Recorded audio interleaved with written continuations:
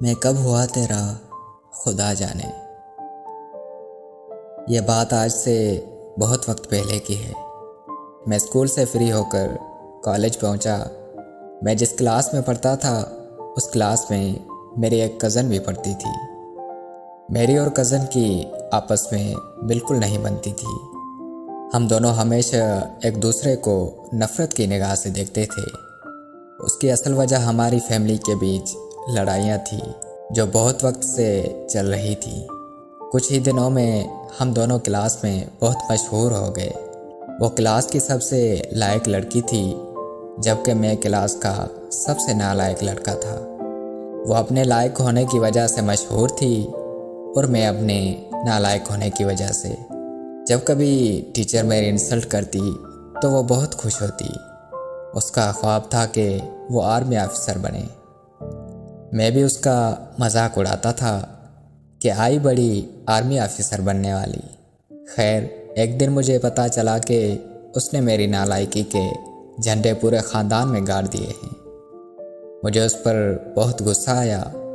जब अगले दिन मैं क्लास में गया तो मैंने उसके मुंह पर थप्पड़ दे मारा जिसकी वजह से वो रोने लग गई। फिर एक दो दिन वो कॉलेज नहीं आई। मैं बहुत खुश था कि चलो उससे जान छूट गई।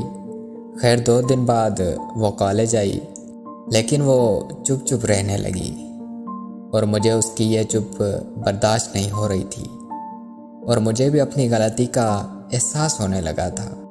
मैं गया, उससे बात की, उससे माफ़ी मांगी, लेकिन असल वजह थप्पड़ मारना नहीं था। उसके चुप रहने की वजह यह थी कि उसकी फैमिली ने इम्तिहान के बाद उसका रिश्ता पक्का करना था, वो भी उसकी मर्ज़ी के ख़िलाफ़। वो मुझसे कहने लगी कि अभी मुझे शादी नहीं करनी। उसने मुझसे कहा अगर मैंने शादी कर ली तो मेरा आर्मी ऑफिसर बनने का ख्वाब अधूरा रह जाएगा।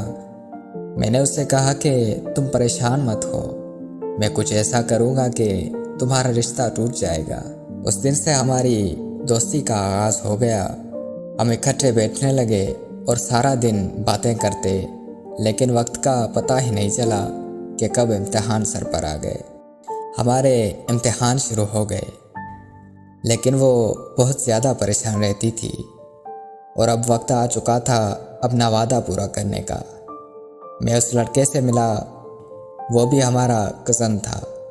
मैंने उससे कहा कि हम दोनों एक क्लास में पढ़ते हैं, मैं उससे प्यार करता हूँ और वो भी मुझसे बहुत प्यार करती है। हम दोनों शादी करना चाहते हैं। तुम्हारी मेहरबानी होगी तुम इस रिश्ते से इनकार कर दो। उसने कहा ठीक है, मैं इनकार कर दूंगा और मैं तुम्हारी मोहब्बत का किसी को नहीं बताऊंगा। खैर दूसरे दिन वो कॉलेज आ गई। उसने बताया कि रिश्ता टूट गया है। वो बहुत खुश थी।